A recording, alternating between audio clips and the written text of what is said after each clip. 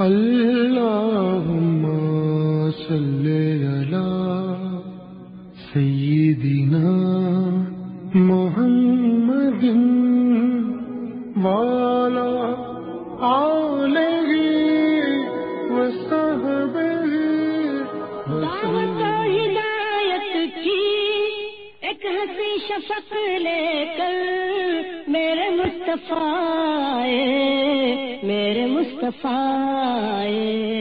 کفر کے اندھیروں میں نور کا طبق لے کر میرے مصطفیٰ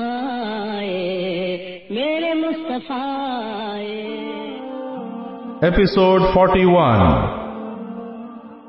الرحیق المختوم۔ رسول اللہ صلی اللہ علیہ وسلم اللہ عز و جل کی حمد و ثنا کرتے اور اس سے دعا فرماتے ہیں۔ امام احمد کی روایت ہے کہ احد کے روز جب مشرکین واپس چلے گئے تو رسول اللہ صلی اللہ علیہ وسلم نے صحابہ کرام سے فرمایا، برابر ہو جاؤ، ذرا میں اپنے رب عز و جل کی ثنا کروں۔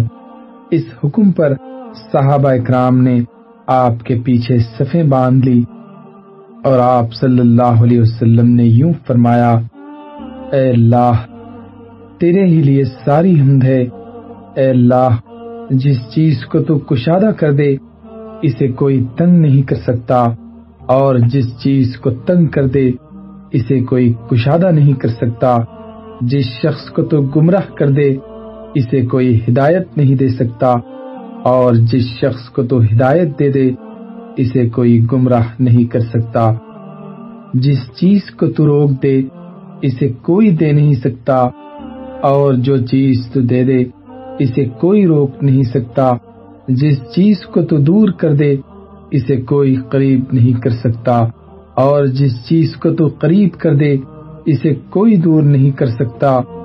اے اللہ ہمارے اوپر اپنی برکتیں اور رحمتیں اور فضل و رزق پھیلا دے۔ اے اللہ میں تجھ سے برقرار رہنے والی نعمت کا سوال کرتا ہوں جو نہ ٹلے اور نہ ختم ہو۔ اے اللہ میں تجھ سے فقر کے دن مدد کا اور خوف کے دن امن کا سوال کرتا ہوں۔ اے اللہ جو کچھ تو نے ہمیں دیا ہے اس کے شر سے، اور جو کچھ نہیں دیا ہے اس کے بھی شر سے تیری پناہ چاہتا ہوں۔ اے اللہ ہمارے نزدیک ایمان کو محبوب کر دے اور اسے ہمارے دلوں میں خوشنما بنا دے، اور کفر، فسق اور نافرمانی کو ناگوار بنا دے، اور ہمیں ہدایت یافتہ لوگوں میں کر دے۔ اے اللہ ہمیں مسلمان رکھتے ہوئے وفات دے اور مسلمان ہی رکھتے ہوئے زندہ رکھ، اور رسوائی اور فتنے سے دوچار کیے بغیر صالحین میں شامل فرما۔ اے اللہ تو ان کافروں کو مار اور ان پر سختی اور عذاب کر جو تیرے پیغمبروں کو جھٹلاتے اور تیری راہ سے روکتے ہیں۔ اے اللہ ان کافروں کو بھی مار جنہیں کتاب دی گئی۔ مدینے کو واپسی اور محبت جاں سپاری کے نادر واقعات، شہداء کی تدفین اور اللہ عز و جل کی ثنا و دعا سے فارغ ہو کر رسول اللہ صلی اللہ علیہ وسلم نے مدینے کا رخ فرمایا۔ جس طرح دوران کارزار اہل ایمان صحابہ سے محبت جاں سپاری کے نادر واقعات کا ظہور ہوا تھا، اسی طرح اثناء راہ میں اہل ایمان صحابیات سے صدق و جاں سپاری کے عجیب عجیب واقعات ظہور میں آئے۔ چنانچہ راستے میں حضور صلی اللہ علیہ وسلم کی ملاقات حضرت حمنہ بنت جہش سے ہوئی۔ انہیں ان کے بھائی عبداللہ بن جہش کی شہادت کی خبر دی گئی۔ انہوں نے ان للہ پڑھی اور دعائے مغفرت کی۔ پھر ان کے ماموں حضرت حمزہ بن عبد المطلب کی شہادت کی خبر دی گئی۔ انہوں نے پھر ان للہ پڑھی اور دعائے مغفرت کی۔ اس کے بعد ان کے شوہر حضرت مصعب بن عمیر کی شہادت کی خبر دی گئی تو تڑپ کر چیخ اٹھی اور دھاڑ مار کر رونے لگی۔ رسول اللہ صلی اللہ علیہ وسلم نے فرمایا، عورت کا شوہر اس کے یہاں ایک خصوصی درجہ رکھتا ہے۔ اسی طرح آپ کا گزر بنو دینار کی ایک خاتون کے پاس سے ہوا، جس کے شوہر، بھائی اور والد تینوں شہادت سے سرفراز ہو چکے تھے۔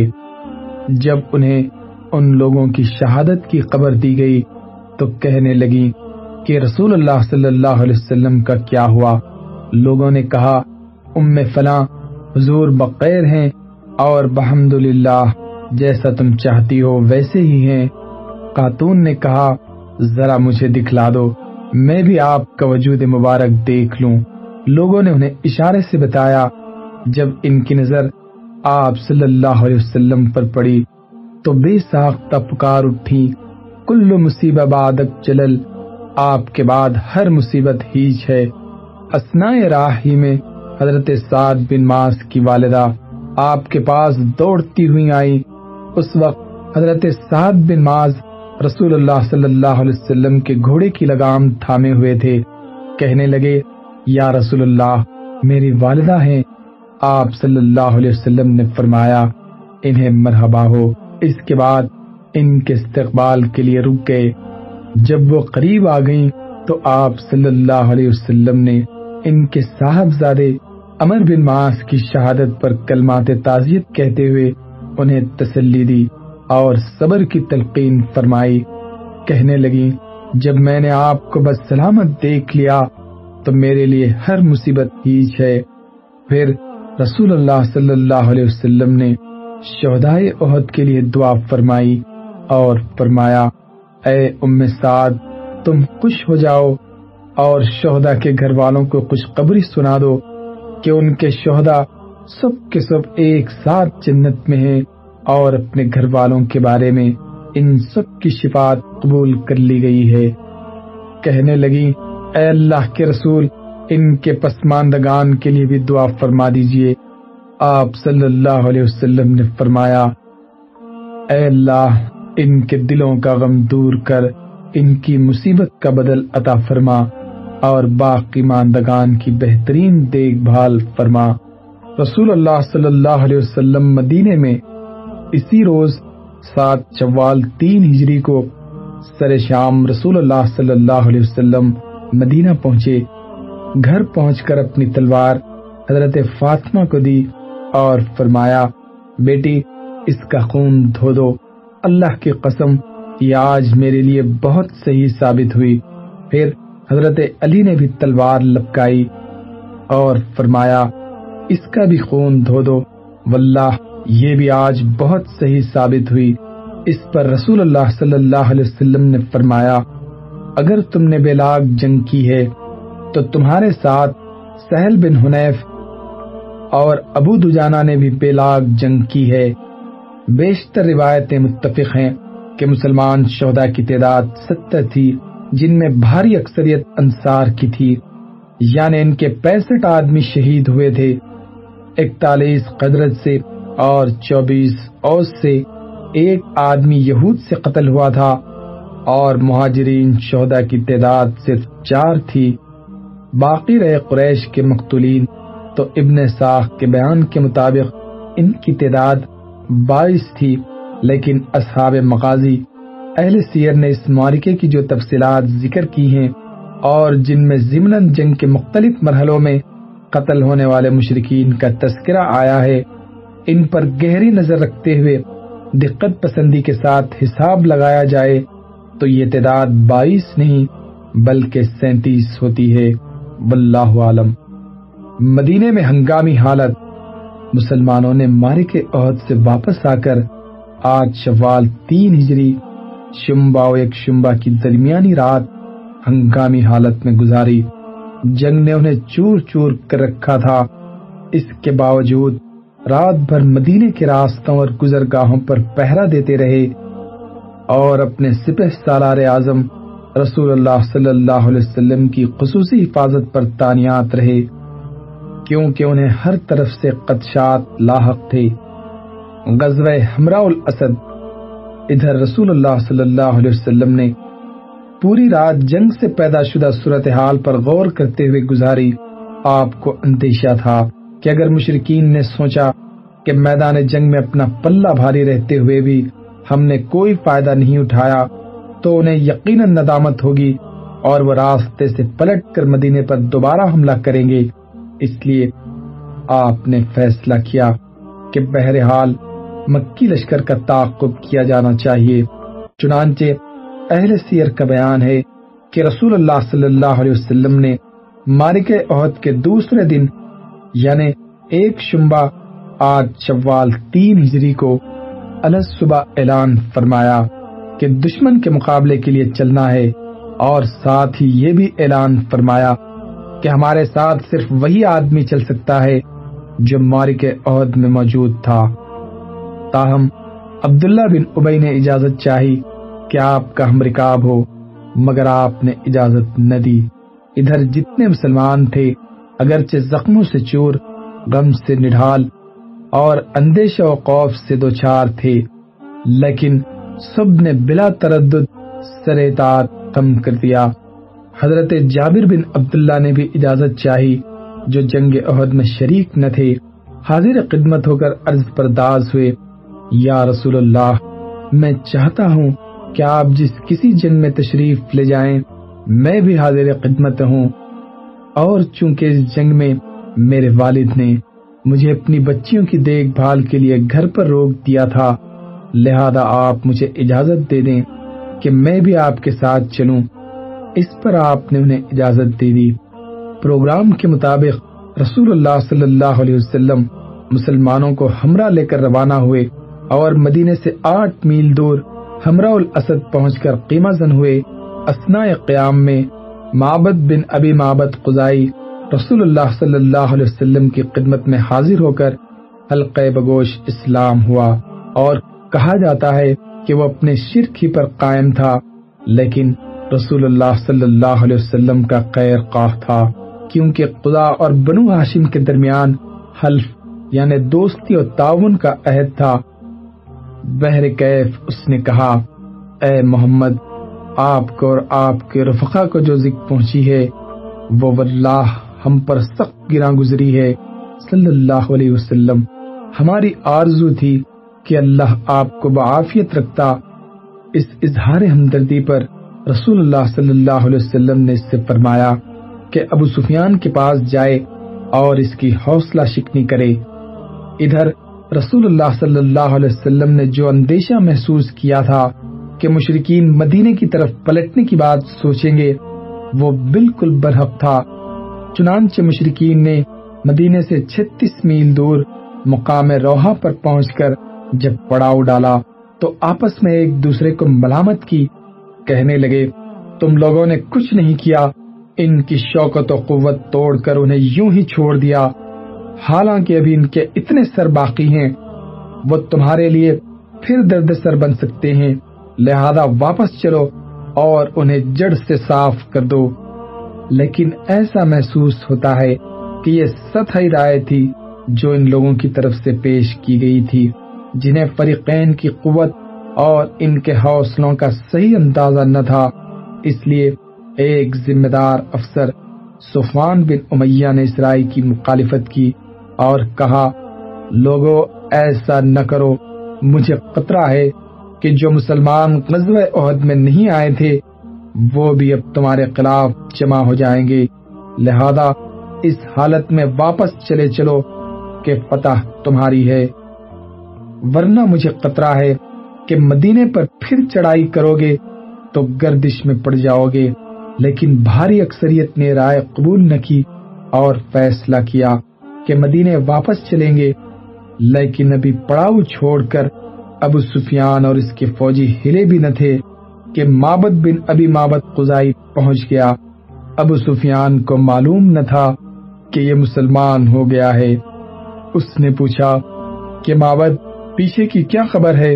معبد نے پروپیگنڈے کا سخت اعصابی حملہ کرتے ہوئے کہا، محمد اپنے ساتھیوں کو لے کر تمہارے تعاقب میں نکل چکے ہیں صلی اللہ علیہ وسلم۔ ان کی جمعیت اتنی بڑی ہے، میں نے ویسی جمعیت کبھی دیکھی ہی نہیں۔ سارے لوگ تمہارے خلاف غصے سے کباب ہوئے جا رہے ہیں۔ احد میں پیچھے رہ جانے والے بھی آگے، وہ جو کچھ ضائع کر چکے ہیں اس پر سخت نادم ہیں اور تمہارے خلاف اس قدر بھڑکے ہوئے ہیں کہ میں نے اس کی مثال دیکھی ہی نہیں۔ ابو سفیان نے کہا، ارے بھائی یہ کیا کہہ رہے ہو؟ معبد نے کہا، واللہ میرا خیال ہے کہ تم کوچ کرنے سے پہلے پہلے گھوڑوں کی پیشانیاں دیکھ لو گے یا لشکر کا ہر اول دستہ اس ٹیلے کے پیچھے نمودار ہو جائے گا۔ ابو سفیان نے کہا، واللہ ہم نے فیصلہ کیا ہے کہ ان پر پلٹ کر پھر حملہ کریں اور ان کی جڑ کاٹ کر رکھ دیں۔ معبد نے کہا، ایسا نہ کرنا، میں تمہاری خیر خواہی کی بات کر رہا ہوں۔ یہ باتیں سن کر مکی لشکر کے حوصلے ٹوٹ گئے، ان پر گھبراہٹ اور روب طاری ہو گیا اور انہیں اسی میں عافیت نظر آئی کہ مکے کی جانب اپنی واپسی جاری رکھیں۔ البتہ ابو سفیان نے اسلامی لشکر کو تعاقب سے باز رکھنے اور اس طرح دوبارہ مسلح ٹکراؤ سے بچنے کے لیے پروپیگنڈے کا ایک جوابی اعصابی حملہ کیا، جس کی صورت یہ ہوئی کہ ابو سفیان کے پاس سے قبیلہ عبد القیس کا ایک قافلہ گزرا۔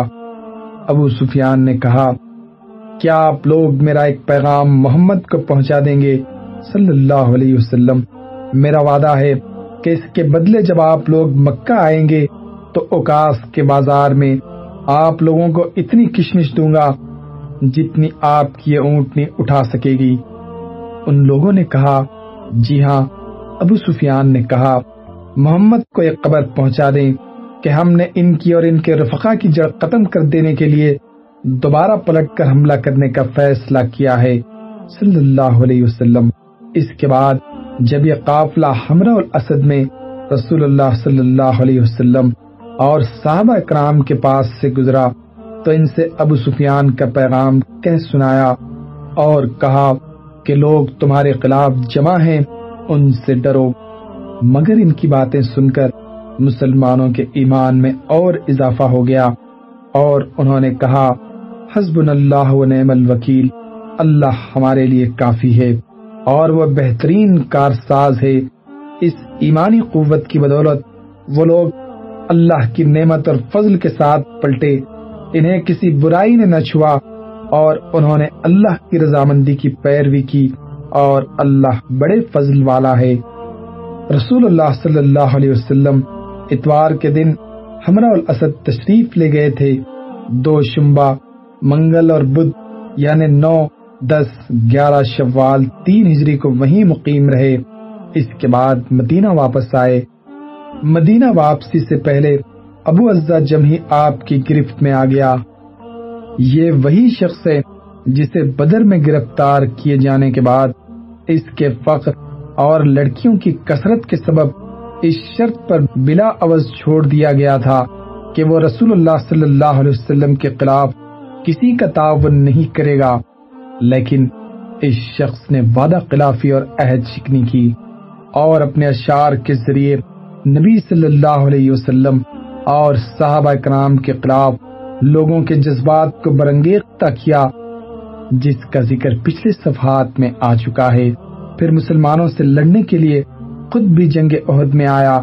جب یہ گرفتار کر کے رسول اللہ صلی اللہ علیہ وسلم کی خدمت میں لایا گیا تو کہنے لگا، محمد میری لغزش سے درگزر کر دو صلی اللہ علیہ وسلم، مجھ پر احسان کر دو اور میری بچیوں کی خاطر مجھے چھوڑ دو۔ میں عہد کرتا ہوں کہ اب دوبارہ ایسی حرکت نہیں کروں گا۔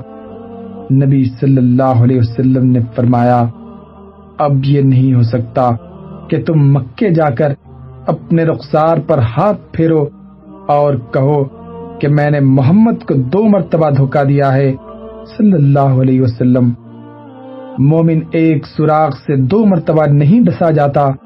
اس کے بعد حضرت زبیر یا حضرت عاصم بن ثابت کو حکم دیا اور انہوں نے اس کی گردن مار دی۔ اسی طرح مکے کا ایک جاسوس بھی مارا گیا۔ اس کا نام معاویہ بن مغیرہ بن ابی العاص تھا اور یہ عبد الملک بن مروان کا نانا تھا۔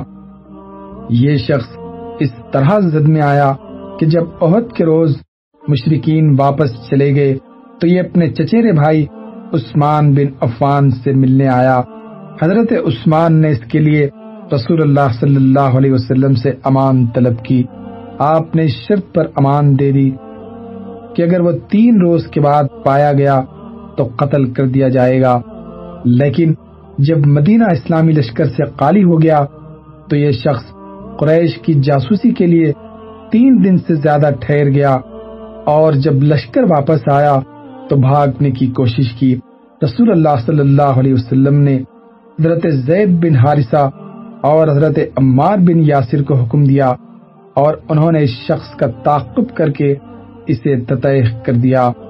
غزوہ حمراء الاسد کا ذکر اگرچہ ایک مستقل نام سے کیا جاتا ہے، مگر یہ در حقیقت کوئی مستقل غزوہ نہ تھا، بلکہ غزوہ احد ہی کا ایک جز تھا، اور اسی کے صفحات میں سے ایک صفحہ تھا۔ اللہم صلی علی محمد وعلی آلہ وصحبہ وسلم۔ اللہم صلی علی